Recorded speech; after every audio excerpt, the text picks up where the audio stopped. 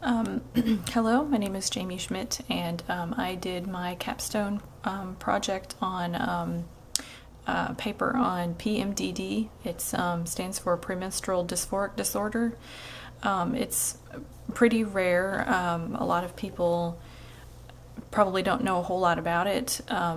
It is similar to PMS, except the differences are in its severity and the duration of the symptoms that women have. Of course, along with all the physical symptoms that you have with PMS, such as cramping, headache, bloating. Some people have nausea, that sort of thing. With PMDD, the major thing that differentiates it from PMS is like I said, the duration of the symptoms. With PMS, normally women just have about 3 days prior to the start of their period, they have symptoms. With PMDD, it can be up to 2 weeks. And also the time period that they start experiencing symptoms, it has to fall, in order to be diagnosed with it, it has to fall after the second half of the cycle. So symptoms would start around day 15 or the third week into the menstrual cycle if it's based on a 4-week or a 28-day cycle. So that's some of the diagnostic criteria for that. And it has to be something that they experience, not just 1 or 2 menstrual cycles. It has to be something that's continuous in order for it to be diagnosed with it.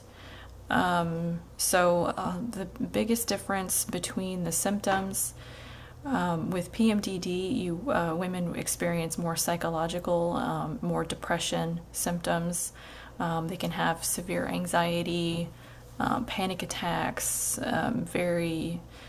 a lot of what you hear probably in the media about PMDD is women that just completely flip and like murder someone. I think there's been some cases like that where women have been excused, but that is because it is a legitimate mental health condition. But that's normally not what happens. It just, they do tend to get more irritable, have relationship issues, with family members and tension and that type of thing.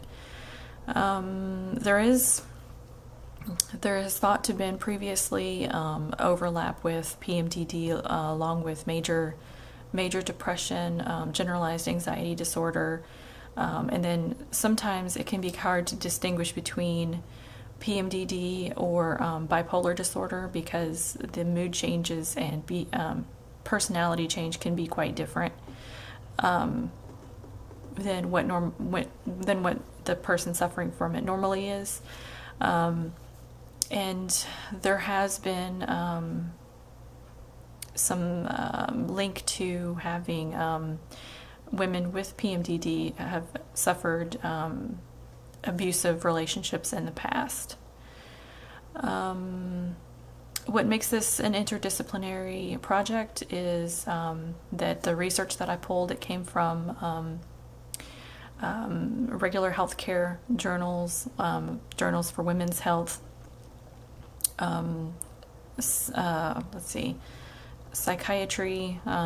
There is a journal, a psychology journal, and also I pulled a journal that is pharmacoeconomics. So I would have be able to go across all the disciplines to do this project.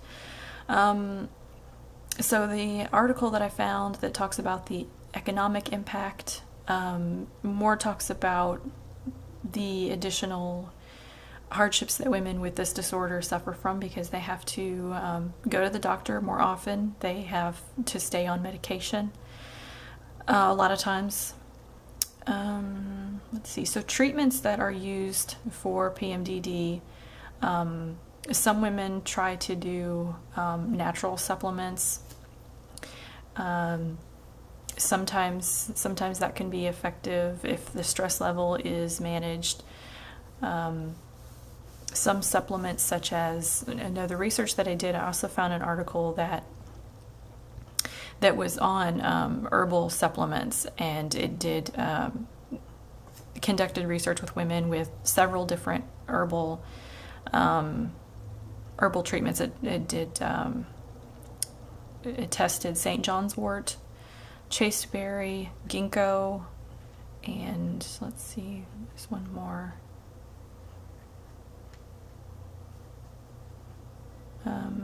Evening primrose oil. A lot of people, for a long time, have heard of evening primrose oil being used, but the results of the test was that the only one that showed any type of marked help for PMDD was chasteberry.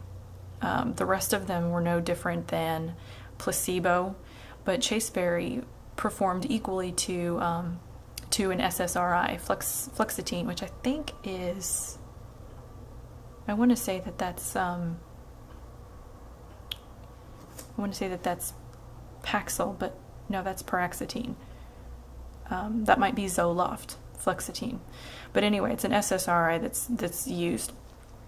But so sometimes people can use supplements. Magnesium has been proven to help